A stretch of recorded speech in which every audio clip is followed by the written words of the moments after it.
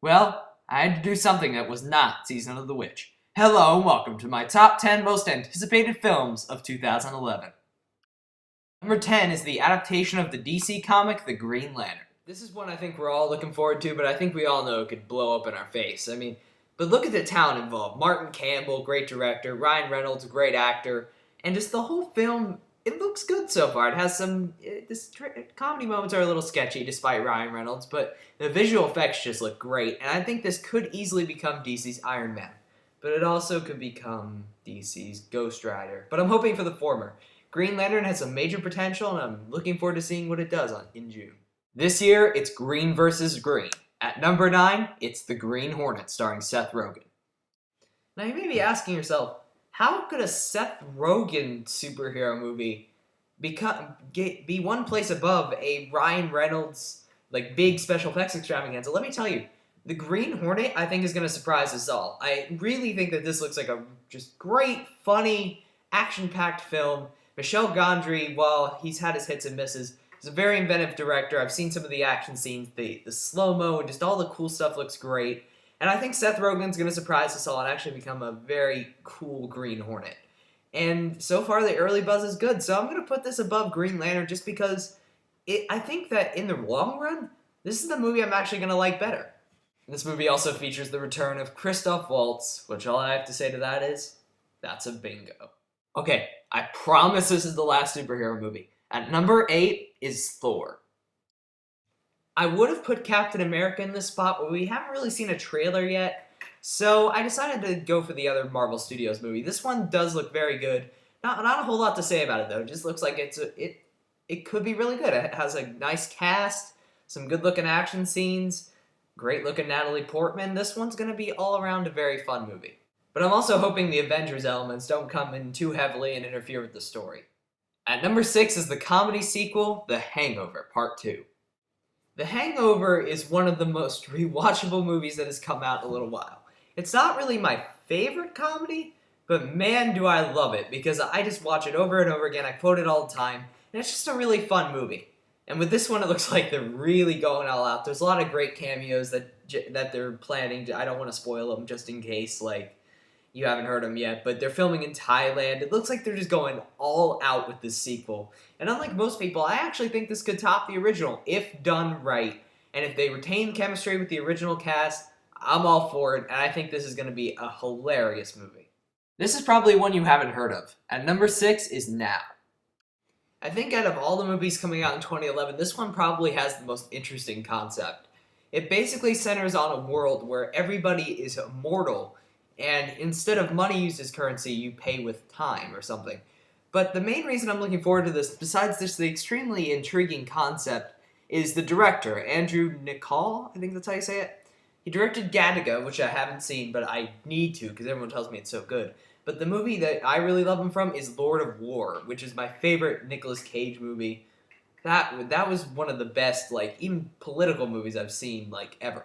And I think with this very, future dystopian concept, he's going to make a very interesting, very exciting film. And I'm also looking forward to seeing Justin Timberlake take on another role. It's, not stupid and silly and kind of dramatic. Justin Timberlake's in quite a few movies this year, so this will be his chance to really show that he has acting chops. At number 5 is Harry Potter and the Deathly Hallows Part 2. I'm looking forward to this movie for 3 reasons. 1, it's finally the end, the big grand finale of a franchise that's pretty much defined our generation. It really has. It's been the Star Wars of the last decade. Secondly, I really like the first part of this film. You can see my review on my channel. And third, I have major Harry Potter geek friends. And I felt bad because I didn't go to the midnight premiere last time, but I'm looking forward to this movie as an experience. Because you know what? This is my last chance to see a Harry Potter movie in the theater. I'm going to the midnight showing, and I'm just going to be in the thick of the Harry Potter geekiness, and I'm going to love every minute of it. Yates, you proved yourself with the last one. End this with a bang. And number 4 is Mission Impossible Ghost Protocol. I'm a pretty big fan of the Mission Impossible movies. I wasn't a big fan of the first one, but the second 2 I actually really enjoyed. The third one especially. I thought that movie was just so much fun, such great action, pretty good acting, all around just a really fun summer movie. And this one, not only am I looking forward to because it's the return of Mission Impossible, but Two reasons. Jeremy Renner, who I really like as an actor, Hurt Locker, The Town, he was great. I'm looking forward to seeing him in The Avengers. And apparently, he's supposed to take over this franchise after this film, and I want to see how he fits into that. But the number one reason is Brad Bird. Brad Bird is the guy who directed The Incredibles and Ratatouille, and he really is a great director, at least in the animated realm. And in The Incredibles, he really had an eye for action scenes, and I'm hoping that translates to live action. Hopefully, it goes better than that other Pixar animator who tried to make a movie. Speaking of westerns, ironically, at number 3 is Jon Favreau's Cowboys and Aliens. Very simple reason I'm looking forward to this one.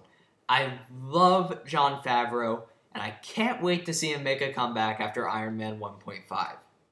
And besides that, not only does it have Daniel Craig and Harrison Ford in the same movie, but it's just a very creative pairing of two genres. And I think this is the movie this summer that will be something we really haven't seen before. This is going to be something very different, very unique, and very fun. And apparently, so far from people who have seen the first 40 minutes, it lives up to the hype. At number 2 is Sherlock Holmes 2. Sherlock Holmes was one of the best restarts of an old franchise that I've seen. It's probably the best, because it completely reinvented the character while staying true to him at the same time. And I just absolutely love that film. It's just fantastic. So I'm just looking forward to the sequel. All the original talent is back. Guy Ritchie's back behind the camera. And I'm hoping this just retains everything that made the first one great while improving on it. Robert, you screwed up once with the sequel. Let's not screw up again. No joining the Legion of Detectives. No joining the Legion of Detectives. And at number 1 is Jason Segel's reboot of The Muppets. Yeah, I have a family film at number 1. Deal with it. The Muppets were a big part of my childhood growing up. I saw every single Muppet movie. I loved every single Muppet movie. The Muppets are pretty awesome. It's a rare breed of family movie that we just don't see anymore. They were clever, they were smart, they were funny, and they weren't too annoying. It was a perfect mix of everything a family film or family films should be. I just love the Muppets. I love Kermit, Fozzie, all the great characters. I love puppet work, and the fact that they're rebooting the Muppets, which is one of the greatest family franchises of all time, with Jason Segel behind it, and like a bunch of cameos by a bunch of like hilarious people. I am all in for this Muppet movie. I'm hoping it's great. Jason Segel is apparently a big Muppet fan like I am, and it's gonna be tough. But I think that this is going to be a start of another whole new Muppet franchise, and I will love every minute of it.